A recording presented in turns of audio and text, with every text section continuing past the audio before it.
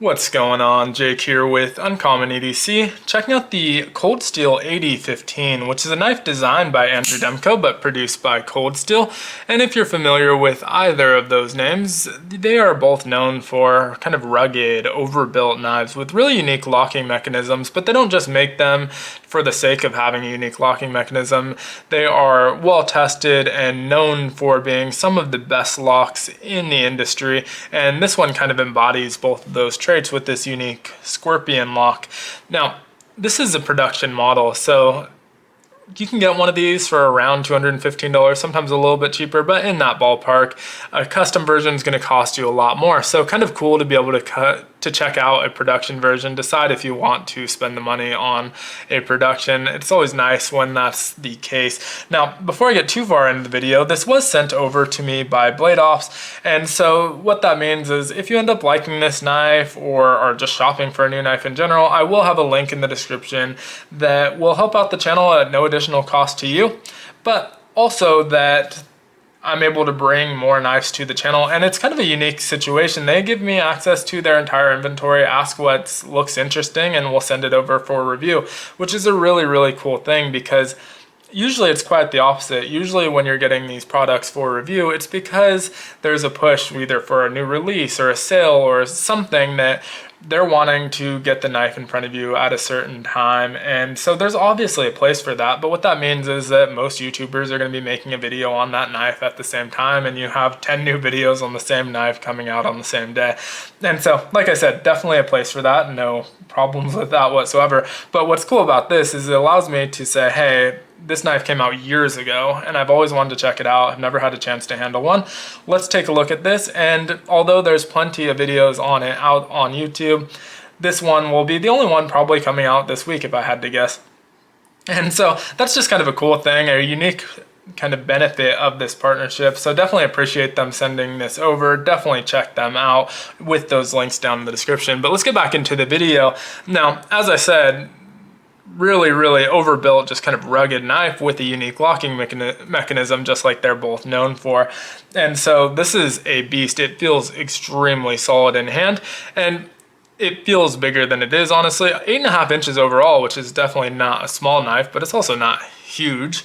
And where you're really feeling that size is in the weight, 6.5 ounces. And so you're going to feel this in your pocket. Definitely going to want to utilize that pocket clip and hopefully take some of that weight off. But it's a heavier knife, not necessarily the first one I'm reaching for on an EDC day-to-day basis.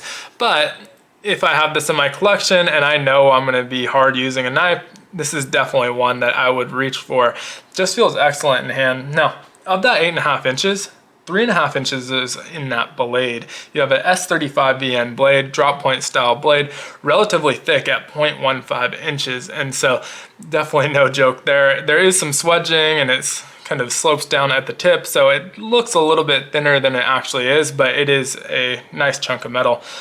Flat grind on there, really chunky thumb studs, which I appreciate on this knife. And the billboarding's not too bad. You see the AD-15 on the show side, we flip it around, and you have the cold steel and the steel, which is S35VN again, and the country of manufacturing, which is in Taiwan. And so relatively minimal billboarding. Now, the only note on the blade that I'd count as a slight downside is the jimping. I love some really aggressive jimping. This one is maybe just a tad too aggressive. I wouldn't mind if they knock some of those edges back just a hair.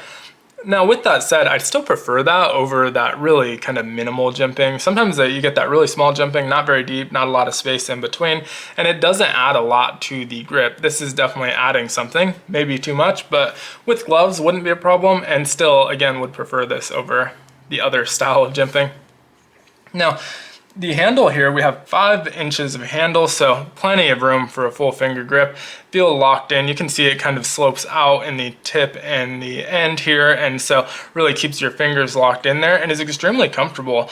No hot spots whatsoever outside of that jimping, like I said, which feels a little bit aggressive, but the handle itself, no hot spots. The pocket clip disappears in hand and feels really comfortable with plenty of space to move around on that handle. Now, the material on the scales in the production version is G10, has this nice pattern on it, which adds a ton to the grip. The liners are steel with virtually no weight saving, which kind of lends to that 6.5 ounces. But I do like the kind of heft to this knife. It feels a lot more solid because of it. I think that combined with the lockup, which is just rock solid, absolutely no play whatsoever, makes this feel almost like a fixed blade when you're using it, which is really nice. Now, the locking mechanism is kind of the interesting thing on this knife. Different material. You have a machined aluminum, has this kind of ramping here, which adds a little bit of grippiness and also cuts down on the sharp edge. And so that's nice.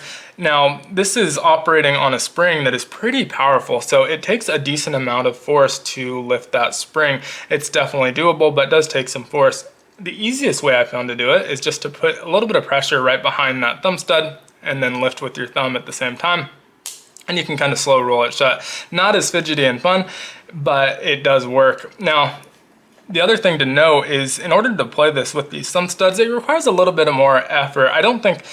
I wouldn't describe it as a detent because there's no detent on this knife. It's just being kind of held in place by that locking mechanism, but it feels like a pretty heavy detent. Now, no problem whatsoever opening it, but it definitely requires a more intentional flick than you get with some of the more fidgety knives on the market. Now, this can be fidgeted with. You can lift this up and drop that blade, swing it back open. Definitely doable. Actually went a little bit too far in that case. Definitely doable. But I don't think that's really the intention behind this lock. It's not one that's super easy to fidget with. You can if you want to, but this is really built as just a workhorse, not a fidgeter. And so that's perfectly fine.